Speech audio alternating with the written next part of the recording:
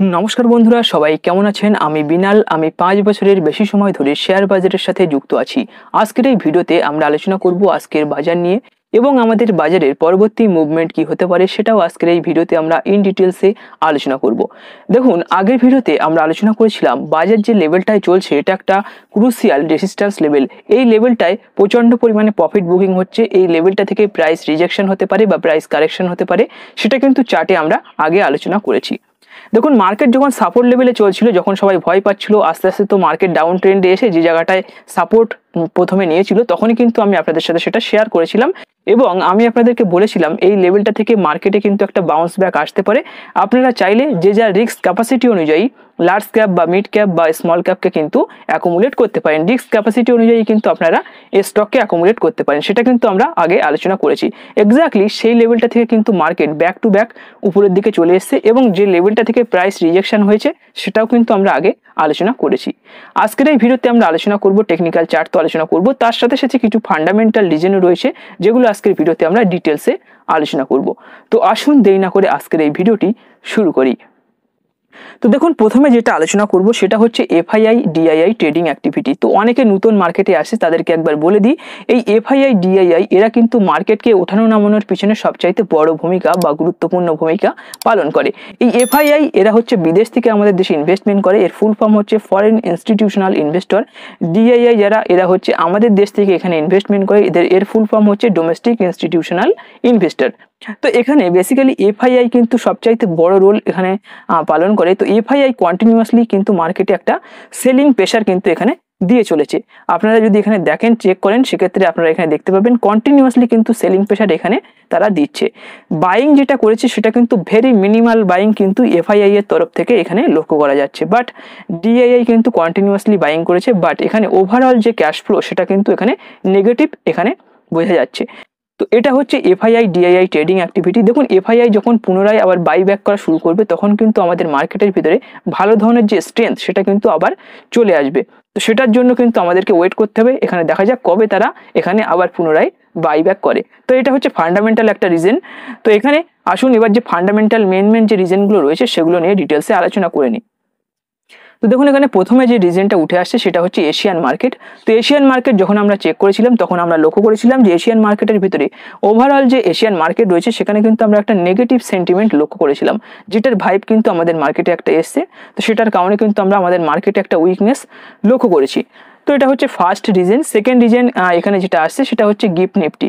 তো gift Nifty আপনারা সকালবেলা চাইলে চেক করে দেখতে পারবেন যে গিফট নিফটির ওপেনিংটা কি কেমন হচ্ছে। তো গিফট নিফটিকে যখন আমি চেক করছিলাম তখন কিন্তু আমরা এটা লক্ষ্য করেছি, আমিও লক্ষ্য করেছি যে এখানে গিফট নিফটির ভিতরে কিন্তু একটা নেগেটিভ সেন্টিমেন্ট কিন্তু গিফট নিফটির ভিতরে আমরা লক্ষ্য করেছি। সেটার কারণে কিন্তু আমাদের মার্কেটের ওপেনিংটাও কিন্তু একটা নেগেটিভ ভাইব সেখানে আমরা লক্ষ্য করেছি, নেগেটিভ দিয়ে কিন্তু মার্কেট ওপেন হয়েছে। নেক্সট যেটা এখানে সবচাইতে ইম্পর্টেন্ট সেটা আপনাদের সাথে শেয়ার করব, সেটা হচ্ছে ডলার এবং গোল্ড প্রাইস। এই ডলার আর গোল্ড প্রাইসের উপরে মানে আগে আমরা আলোচনা করেছি, এই ডলার আর গোল্ড প্রাইস যখন উপরে যায় সেক্ষেত্রে কিন্তু স্টক মার্কেট নিচে আসার একটা সম্ভাবনা থাকে। কেননা এগুলো এই ডলার, গোল্ড প্রাইস বা আপনি বলতে পারেন ক্রুড অয়েল, এদের প্রাইস যখন উপরে যাবে তখন কি হয় যে আমাদের স্টক মার্কেটে কিন্তু একটা ডাউন ট্রেন্ডের সম্ভাবনা থাকে। দেখুন, মার্কেটে যখন একটা আনসার্টিনিটি থাকে, মানে স্টক মার্কেটে যখন আনসার্টিনিটি থাকে তখন কিন্তু এই সমস্ত কমোডিটি এদের প্রাইস আস্তে আস্তে উপরের দিকে যাওয়া শুরু করে।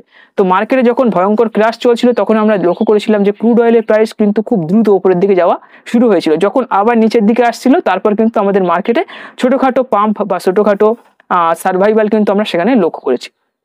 তো এগুলো কিন্তু বেসিক্যালি আমরা লক্ষ্য করেছি যে ক্রুড অয়েলের প্রাইসটাও কিন্তু কালকে এখানে উপরে গিয়েছে, সেটার কারণে কিন্তু আমাদের মার্কেটে আমরা একটা নেগেটিভ ভাইব বা নেগেটিভ সেন্টিমেন্ট কিন্তু লক্ষ্য করেছি। আসুন এবার টেকনিক্যাল চার্ট অনুযায়ী ডিটেলসে আলোচনা করি। তো প্রথমে যে চার্টটা নিয়ে আলোচনা করব এটা হচ্ছে ডাউ জোন্সের চার্ট। তো এটা নিয়ে আমরা অনেকবারই আলোচনা করেছি। ডাউ জোন্সের ভিতরে কিন্তু একটা ব্রেকআউট অলরেডি হয়ে গিয়েছে এবং ডাউ জোন্সের ভিতরে কালকে আমরা যেটা লক্ষ্য করেছি, ডাউ জোন্সের ভিতরে কিন্তু একটা নেগেটিভ সেন্টিমেন্ট কিন্তু কালকে আমরা লক্ষ্য করেছি। ডাউ জোন্স এখানে কালকে 171 পয়েন্ট কিন্তু এখানে ডাউন এসছে এবং এখানে এটা যেটা 0.37% কাছাকাছি, বাট এর যে ওভারঅল সেন্টিমেন্ট সেটা কিন্তু এখনো পজিটিভে রয়েছে, বাট নেগেটিভ যে ভাইব সেটা কিন্তু আমাদের মার্কেটে চলে এসেছিল কালকে, এখানে আমরা দেখেছিলাম যে ডাউ জোন্স নেগেটিভে ক্লোজ করেছে, সেক্ষেত্রে কিন্তু এই ভাইবটা আমাদের মার্কেটে এসছে। বাট এটা কিন্তু এর যে ওভারঅল সেন্টিমেন্ট সেটা কিন্তু এখনও পজিটিভ রয়েছে। এখানে যদি 9 মুভিং এভারেজকে আমি লাগিয়ে দিই, সেক্ষেত্রে আপনি এখানে দেখতে পাচ্ছেন প্রাইসটা কিন্তু এখনও পর্যন্ত 9 মুভিং এভারেজের উপরে এখানে চলাচল করছে। তো দেখা যাক যে কত সময় 9 মুভিং এভারেজের উপরে প্রাইসটাকে মেনটেন করতে পারে। ডাউ জোন্সের ভিতরে যদি নেগেটিভ ভাইব আবার চলে আসে, সেক্ষেত্রে কিন্তু আমাদের মার্কেটের ভিতরেও কিন্তু আবার একটা বিয়ারিশ সেন্টিমেন্ট আমরা লক্ষ্য করতে পারি। তো আসুন এবার আমাদের দেশের ইন্ডেক্স নিয়ে আলোচনা করি, নিফটি 50 নিয়ে আলোচনা করি। তো এখানে প্রথম যে চার্টটি আমি এখানে ওপেন করছি, এটা নিফটি 50 চার্ট ওপেন করছি, তারপর আমরা ব্যাংক নিফটি নিয়েও কিন্তু আলোচনা করব। তো এখানে দেখুন অনেক দিন ধরে একটা রেঞ্জের ভিতরে কিন্তু আমাদের এই ইন্ডেক্স নিফটি 50 কিন্তু একটা আটকে পড়েছিল। এই যে রেঞ্জটা রয়েছে, এখানে যে রেঞ্জটা রয়েছে, এই যে রেঞ্জটা রয়েছে, এই রেঞ্জটার ভিতরে কিন্তু নিফটি 50 আটকে পড়েছিল। তো এই জায়গাটায় কিন্তু একটা ব্রেকআউট টাইপের দিয়েছিল, কিন্তু আমি আপনাদেরকে বলেছিলাম এটা কিন্তু ব্রেকআউট, এটা রিটেস্ট করে কিন্তু আবার উপরে যেতে পারে। এখানে একটা প্যাটার্নও কিন্তু তৈরি করেছিল, বাট এখানে কিন্তু ওভারঅল যে ভাইব সেটা কিন্তু আবার একটা নেগেটিভের ভিতরে চলে আসার এখানে সম্ভাবনা লক্ষ্য করছি। কেন হচ্ছে বিষয়টা নিয়ে আলোচনা করব। দেখুন এখানটায় এই যে লেভেলটা ছিল, এই লেভেলটা থেকে যখন প্রাইস বাউন্স ব্যাক করবে, এটা কিন্তু আমরা একটা প্রেডিক্ট করেছিলাম। এই লেভেলটায় যখন প্রাইস এসেছিল তখন কিন্তু আমি আপনাদের সাথে শেয়ার করেছিলাম যে এই লেভেলটায় আপনারা চাইলে আপনাদের পছন্দ মতো আপনাদের রিস্ক ক্যাপাসিটি অনুযায়ী কিন্তু স্টককে অ্যাকুমুলেট করতে পারেন। তারপর এখানটায় যে র্যালিটা হয়েছে, এটার কারণে কিন্তু অনেকের কিন্তু একটা প্রফিট কিন্তু তারা এখানে করেছে।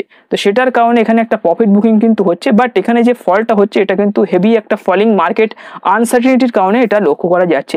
এর যে মেন সাপোর্ট লেভেল সেটা কিন্তু এখানে, এটাই এর মেন সাপোর্ট লেভেল। আশেপাশে যে ছোটোখাটো সাপোর্ট লেভেল রয়েছে ওগুলো কিন্তু খুব সহজে ব্রেক করে দিতে পারে। এর যে কারেন্ট যে ভাইব আমি লক্ষ্য করছি, মেন যে সাপোর্ট সেটা কিন্তু এটা, মানে এই সাপোর্টটাই যদি আসে, এই সাপোর্টটাই যদি আসে, এখানে কিন্তু আমরা আবার কিছু স্টককে অ্যাকুমুলেট করতে পারি, আমাদের কিন্তু একটা বাইং অপরচুনিটি এখানে হতে পারে। ওভারঅল সেন্টিমেন্ট কিন্তু আবার নেগেটিভের ভিতরে চলে এসছে মার্কেটে।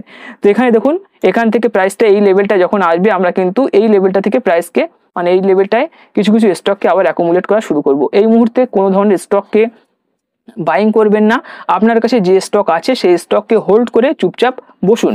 তো ওভারঅল সেন্টিমেন্ট কিন্তু আবার একটা নেগেটিভের দিকে আসার সম্ভাবনা রয়েছে। এই লেভেলটায় যদি পুনরায় আবার আসে, আমরা কিন্তু আবার বাইং করব। তাছাড়া এই মুহূর্তে আর কোনো ধরনের স্টকের ভিতরে কিন্তু আমরা এন্ট্রি করব না। যদি ফিউচারে আপনি শর্ট করতে চান সেক্ষেত্রে কিন্তু আপনি করতে পারেন। তো লেভেলটা হচ্ছে আমাদের এখানে যে লেভেলটা রয়েছে সেটা হচ্ছে প্রায় 24,400-র কাছাকাছি। যদি আমরা আবার মার্কেটকে পাই, সেক্ষেত্রে কিন্তু আবার কিছু স্টককে আমরা এখানে অ্যাকুমুলেট পুনরায় করব। তো ওভারঅল সেন্টিমেন্ট এখানে নেগেটিভ রয়েছে। তো আসুন এবার ব্যাংক নিফটি নিয়ে একটু আলোচনা করে নিই। তো এটা হচ্ছে ব্যাংক নিফটির চার্ট। দেখুন ব্যাংক নিফটির ভিতরেও কিন্তু এই মুহূর্তে যেটা লক্ষ্য করা যাচ্ছে সেটা কিন্তু একটা সাপোর্টের উপরে ব্যাংক নিফটি এখনো পর্যন্ত রয়েছে। দেখা যাক কত সময় এই সাপোর্টটাকে হোল্ড করতে পারে ব্যাংক নিফটি। তো ব্যাংক নিফটির ভিতরে আমরা কি লক্ষ্য করেছিলাম, ব্যাংক নিফটির ভিতরে কিন্তু আমরা আগের ভিডিওতে আলোচনা করেছি যে এখানে কিন্তু একটা হেড অ্যান্ড শোল্ডার প্যাটার্ন তৈরি হওয়ার সম্ভাবনা রয়েছে। এই লেভেলটায় যদি ব্যাংক নিফটি সাপোর্ট নেয়, সেক্ষেত্রে কিন্তু এখান থেকে বাউন্স ব্যাক হওয়ার একটা চূড়ান্ত সম্ভাবনা রয়েছে, এবং এই লেভেলটাকে ব্রেক করলে কিন্তু আরও উপরের লেভেল কিন্তু আমরা ব্যাংক নিফটির ভিতরে লক্ষ্য করতে পারি। ওভারঅল সেন্টিমেন্ট কিন্তু যদি দেখা যায়, মার্কেটের ওভারঅল সেন্টিমেন্ট কিন্তু নেগেটিভে রয়েছে। ব্যাংক নিফটির ক্ষেত্রে যেটা রয়েছে আমি আপনাদেরকে বলেছিলাম, বাইং কখন করব ব্যাংকিং স্টককে, যখন এই লেভেলটা যখন ব্রেকআউট করবে, মানে 56,146-এর যে লেভেলটা রয়েছে, এই লেভেলটা যত সময় না ব্রেক করছে তত সময় কিন্তু আমরা ব্যাংক নিফটির কোনো স্টকের ভিতরে এই মুহূর্তে বাইং করব না। ওই লেভেলটা ব্রেকআউট করলে তখন কিন্তু আমরা একটা বাইং করার চেষ্টা করব। এই মুহূর্তে চুপচাপ হোল্ড করে বসবো। যার কাছে যে স্টক রয়েছে আপনারা চুপচাপ হোল্ড করে বসুন, কেননা এখানে কিন্তু যদি এই সাপোর্টটাও ব্রেক করে, সেক্ষেত্রে কিন্তু আমরা আরও নিচের সাপোর্টে চলে আসতে পারি। মার্কেটের ভিতরে কি হয় যে আনসার্টেনিটির কারণে সাপোর্ট রেজিস্ট্যান্স কিন্তু ফেল করার সম্ভাবনা থাকে, সেক্ষেত্রে কিন্তু আপনাদের সেটাও কিন্তু খেয়াল রাখতে হবে। তো এই সাপোর্টটা যদি ফেল করে, সেক্ষেত্রে নিচের সাপোর্টে আসবে, আর যদি ফেল না করে, এখানে যদি এই চার্ট প্যাটার্নটা কনফার্ম হয়, সেক্ষেত্রে কিন্তু ব্যাংক নিফটির ভিতরে একটা ভালো ধরনের ভাইব আমরা লক্ষ্য করতে পারি। তো এখানে ওভারঅল সেন্টিমেন্ট যদি আমরা দেখি ব্যাংক নিফটি এবং নিফটির, সেক্ষেত্রে কিন্তু একটা নেগেটিভ সেন্টিমেন্ট বা নেগেটিভ ভাইব এই মুহূর্তে মার্কেটের উপরে আমরা লক্ষ্য করতে পারছি। তো আশা করি আপনি বুঝতে পেরেছেন যে নিফটির ভিতরে কি কন্ডিশন রয়েছে। আমি লেভেল বলে দিলাম, ওই লেভেলে যত সময় না আসবে তত সময় কিন্তু আমরা বাইং করব না। ব্যাংক নিফটির ক্ষেত্রেও কিন্তু আমি বলে দিলাম যে লেভেলটা কত রয়েছে, এই লেভেলটার উপরে যত সময় না আসবে তত সময় কিন্তু আমরা বাইং করবো না। চুপচাপ যার কাছে যা স্টক রয়েছে আপনারা চুপচাপ হোল্ড করে এই মুহূর্তে বসবেন। তো আশা করি ওভারঅল সেন্টিমেন্ট আপনারা বুঝতে পেরেছেন মার্কেটে। তো আজকের এই ভিডিওটি এখানে শেষ করব। ভিডিওটি ভালো লাগলে ভিডিওটিকে অবশ্যই একটি লাইক করবেন, আপনার বন্ধুদের সাথে অবশ্যই শেয়ার করবেন, এবং আপনি যদি আমাদের ইউটিউব চ্যানেলে প্রথমবার ভিজিট করেন তাহলে অবশ্যই আমাদের চ্যানেলটিকে সাবস্ক্রাইব করে পাশে থাকা বেল আইকনটি প্রেস করে অল সিলেক্ট করে রাখবেন আমাদের চ্যানেলের পরবর্তী ভিডিওর নোটিফিকেশনগুলি সবার প্রথমে পাওয়ার জন্য। ধন্যবাদ।